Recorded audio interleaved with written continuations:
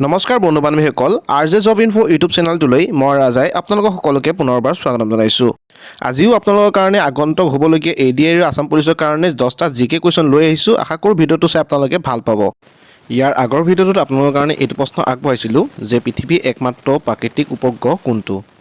এই 4টা অপশ্যনৰ ভিতৰত শুদ্ধটো হৈছে অপশ্যন নম্বৰ ডি চন্দ্ৰ। যিসকলে এই প্ৰশ্নটোৰ উত্তৰটো কমেণ্ট কৰিছে তেখেতসকললৈ ধন্যবাদ। এতিয়া আহক আজি আমাৰ ভিডিঅ'টোলৈ আগবাঢ়ি যাওঁ। আজি আমাৰ প্ৰথমটো প্ৰশ্ন হৈছে যে কোন বছৰত অসমত চাহ আৱিষ্কাৰ হৈছিল।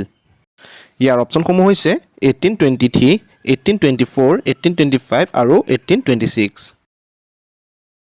এই অপশ্যনসমূহৰ ভিতৰত শুদ্ধটো হৈছে অপশ্যন নম্বৰ এ 1823। অসমত 1832 চনত চাহ আৱিষ্কাৰ হৈছিল। নেক্সট কুৱেশ্যন নম্বৰ 2 ছ'ডিয়াম হাইড্ৰক্লৰাইডৰ ৰাসায়নিক নাম কি। ইয়াৰ অপশ্যনসমূহ হৈছে বেকিং ছ'ডা, ৱাশ্বিং ছ'ডা, কষ্টিক ছ'ডা আৰু সাধাৰণ নিমখ। এই অপশ্যনসমূহৰ ভিতৰত শুদ্ধটো হৈছে option number C caustic soda. Sodium হাইড্ৰক্লৰাইডৰ ৰাসায়নিক নাম হৈছে caustic soda. Next question number 3 জনসংখ্যা অনুসৰি পৃথিৱীৰ সৰ্ববৃহৎ চহৰ কোনখন। ইয়াৰ অপশ্যনসমূহ হৈছে নিউয়ৰ্ক, লণ্ডন, চাও প'লো আৰু টকিঅ'। এই অপশ্যনসমূহৰ ভিতৰত শুদ্ধটো হৈছে অপশ্যন নম্বৰ ডি টকিঅ'। জনসংখ্যা অনুসৰি পৃথিৱীৰ সৰ্ববৃহৎ চহৰ হৈছে টকিঅ'। 2023 চনৰ জনসংখ্যা অনুসৰি বিশ্বৰ সৰ্ববৃহৎ চহৰ হৈছে জাপানৰ টকিঅ', যাৰ জনসংখ্যা হৈছে 37.8 নিযুতৰো অধিক। নেক্সট কুৱেশ্যন নম্বৰ 4 বহুৱা নৃত্য কাৰ পৰম্পৰাগত অনুষ্ঠান। ইয়াৰ অপশ্যনসমূহ হৈছে সোণোৱাল কছাৰী, বড়ো, খাচী আৰু কাৰ্বি। এই অপশ্যনসমূহৰ ভিতৰত শুদ্ধটো হৈছে অপশ্যন নম্বৰ এ সোণোৱাল কছাৰী। বহুৱা নৃত্য হৈছে সোণোৱাল কছাৰীসকলৰ পৰম্পৰাগত অনুষ্ঠান। নেক্সট কুৱেশ্যন নম্বৰ 5 ভাৰতৰ আটাইতকৈ পুৰণি উচ্চ ন্যায়ালয় কোনখন।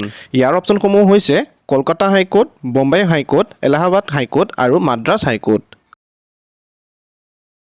এই অপশ্যনসমূহৰ ভিতৰত শুদ্ধটো হৈছে অপশ্যন নম্বৰ এ কলকাতা হাইকোৰ্ট।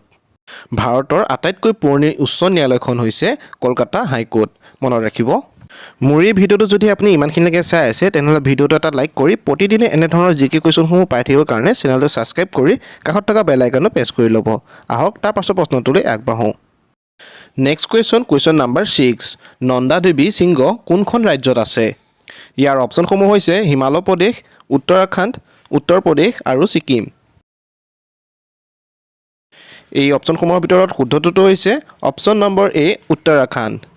নন্দা দেৱী শৃংগ উত্তৰাখণ্ড ৰাজ্যত অৱস্থিত আৰু কাঞ্চনজংঘা পাছতেই ভাৰতৰ দ্বিতীয় সৰ্বোচ্চ পৰ্বতমালা।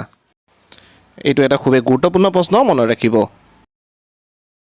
নেক্সট কুৱেশ্যন নম্বৰ 7 অশ্বক্লান্ত মন্দিৰ কোনে নিৰ্মাণ কৰিছিল। ইয়াৰ অপশ্যনসমূহ হৈছে শিৱসিংহ, প্ৰমত্ত সিংহ, গদাধৰ সিংহ আৰু ৰাজেশ্বৰ সিংহ। এই অপশ্যনসমূহৰ ভিতৰত শুদ্ধটো হৈছে অপশ্যন নম্বৰ এ শিৱসিংহ। অশ্বক্লান্ত মন্দিৰ শিৱসিংহই নিৰ্মাণ কৰাইছিল। নেক্সট কুৱেশ্যন নম্বৰ 8 ভাৰতৰ মুখ্য নিৰ্বাচক আয়ুক্তক কোনে নিযুক্তি দিয়ে। ইয়াৰ অপশ্যনসমূহ হৈছে সংসদ, প্ৰধানমন্ত্ৰী, ৰাষ্ট্ৰপতি আৰু উপ-ৰাষ্ট্ৰপতি। এই অপশ্যনসমূহৰ ভিতৰত শুদ্ধটো হৈছে অপশ্যন নম্বৰ চি ৰাষ্ট্ৰপতিয়ে। ভাৰতৰ মুখ্য নিৰ্বাচন আয়ুক্তক ৰাষ্ট্ৰপতিয়ে নিযুক্তি দিয়ে। নেক্সট কুৱেশ্যন নম্বৰ 9 শেৱালী কবি নামেৰে জনাজাত অসমীয়া কবি হৈছে। ইয়াৰ অপশ্যনসমূহ হৈছে দেৱকান্ত বৰুৱা, আনন্দ চন্দ্ৰ বৰুৱা, ৰত্নকান্ত বৰকাকতি আৰু শৈলধৰ ৰাজখোৱা। এই অপশ্যনসমূহৰ ভিতৰত শুদ্ধটো হৈছে option number C Ratnakanta Barkakati. Ratnakanta কাকতিক শেৱালী কবি নামেৰেও জনাজাত, মনত ৰাখিব। নেক্সট কুৱেশ্যন নম্বৰ 10 অসমৰ কোনখন জিলাত ভোৰতাল নৃত্য বিকশিত হৈছিল। ইয়াৰ অপশ্যনসমূহ হৈছে ডিব্ৰুগড়, যোৰহাট, বৰপেটা আৰু নগাঁও। এই অপশ্যনসমূহৰ ভিতৰত শুদ্ধটো হৈছে অপশ্যন নম্বৰ চি বৰপেটা। অসমৰ বৰপেটাৰ জিলাত ভোৰতাল নৃত্য বিকশিত হৈছিল। আজি আপোনালোকলৈ আগবঢ়োৱা মোৰ প্ৰশ্নটো হ'ল যে চীনৰ ৰাষ্ট্ৰীয় খেল কোনটো। ইয়াত মই 4টাকৈ অপশ্যন দি ৰাখিছোঁ। ইয়াৰ ভিতৰত শুদ্ধটো কোনটো হয় আপোনালোকে কমেণ্ট বক্সত কমেণ্ট কৰি জনাব। আজিলৈ এই ভিডিঅ'টো ইমানখিনি আছিলে। যদি ভিডিঅ'টো চাই ভাল পালে ভিডিঅ'টো এটা লাইক কৰি দিব। মোৰ এই চেনেলত এনেধৰণৰ জিকে ভিডিঅ'সমূহ আগতে দিয়া হৈ আছে। যদি আপোনালোকে সেই ভিডিঅ'সমূহ চোৱা নাই, প্লেলিষ্টৰ লিংকটো মই ডেছক্ৰিপশ্যনতে দি ৰাখিম, তাত গৈ আপোনালোকে ভিডিঅ'সমূহ চাব পাৰিব।